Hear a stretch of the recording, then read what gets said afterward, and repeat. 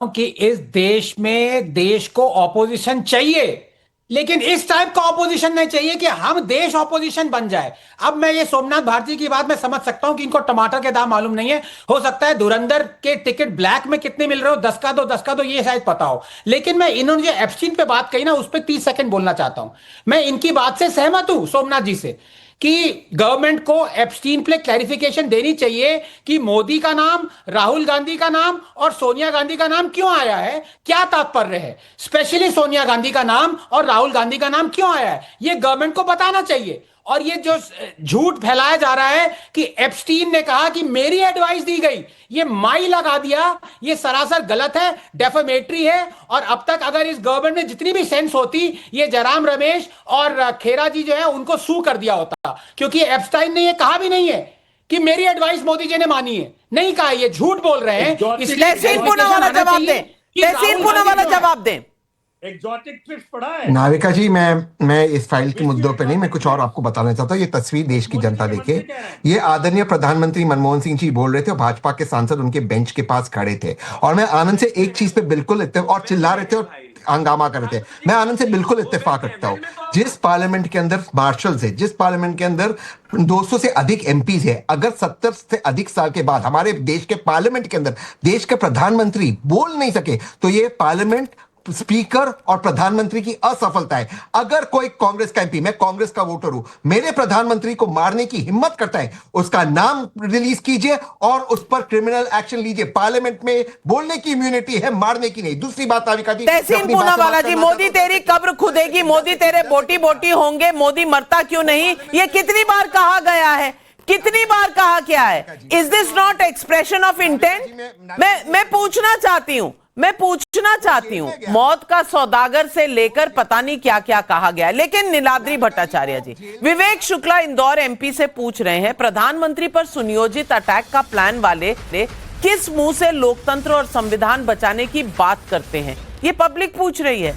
पुष्पक जोशी इंदौर से पूछ रहे हैं, राहुल गांधी हमेशा देश के लिए नकारात्मक मुद्दों को क्यों बेवजह उठाते हैं, उनको ऐसा क्यों लगता है कि देश में कुछ भी अच्छा नहीं हो रहा। ये सवाल आप तो अच्छे से जवाब दे पाएंगे, क्योंकि आपके साथ बंगाल में चुनाव भी तो नहीं लड़ रहे राहुल गांधी, आपके भी साथ नहीं है।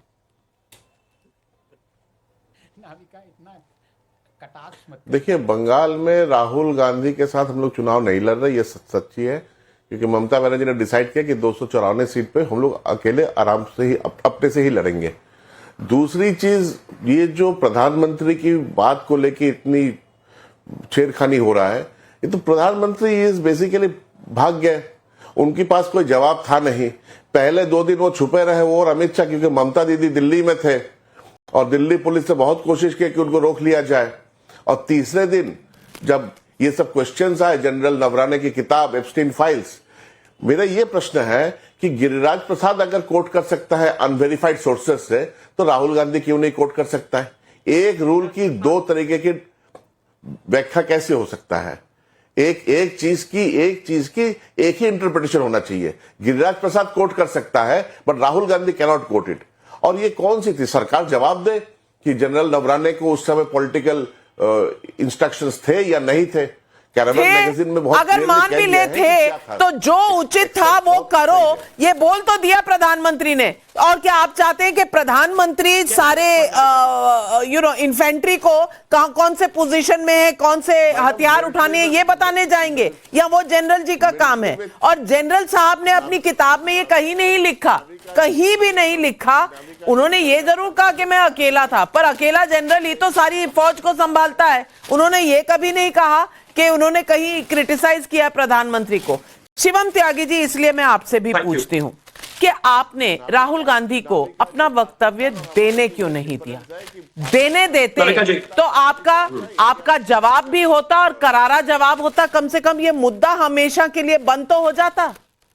थैंक यू नाविका जी। सबसे पहले मैं एक चीज कहना चाहता हूं कि रूल 353 ना तो भारतीय जनता पार्टी ने बनाया है, ना नरेंद्र मोदी जी ने बनाया है। पार्लियामेंट के अंदर जो किताब पब्लिश नहीं हुई है उसको कोट नहीं किया जा सकता। नंबर 1, नाविका कुमार के शो पर सवाल पब्लिक का पर शिवम त्यागी आया है भारतीय जनता पार्टी का पक्ष रखने।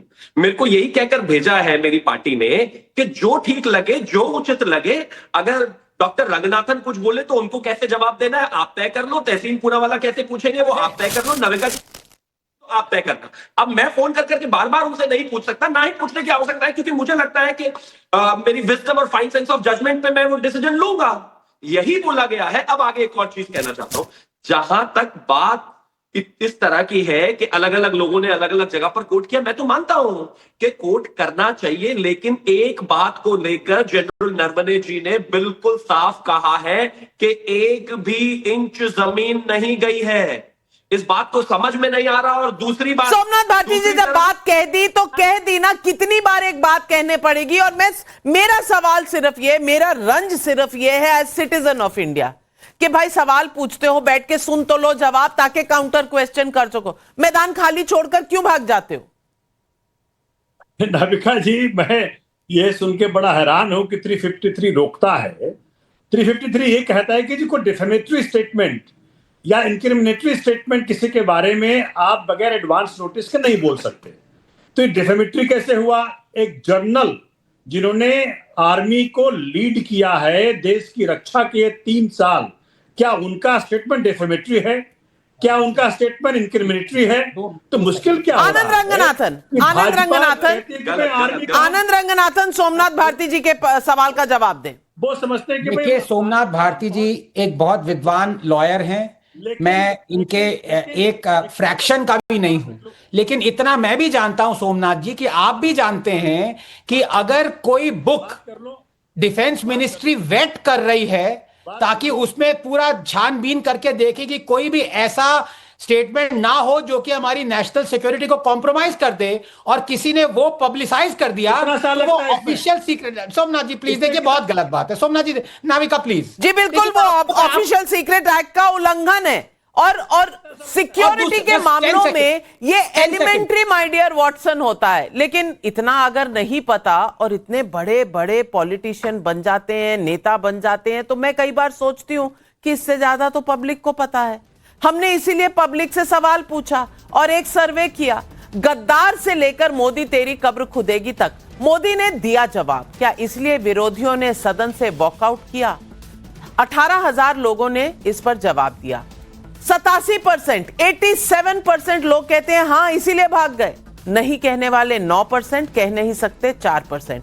87% लोग कहते हैं कि भैया जवाब नहीं सुनेंगे, बस हंगामा करेंगे, क्योंकि यही है मेरे भाई विपक्ष का उद्देश्य। क्या ये सही है? क्या हमारे साथ ये इंसाफ है? ये सवाल आज पब्लिक पूछे। तमाम पैनलिस्ट को और दर्शकों आपको देती हूं धन्यवाद, नमस्कार। जाइएगा मत, पाठशाला की घंटी बस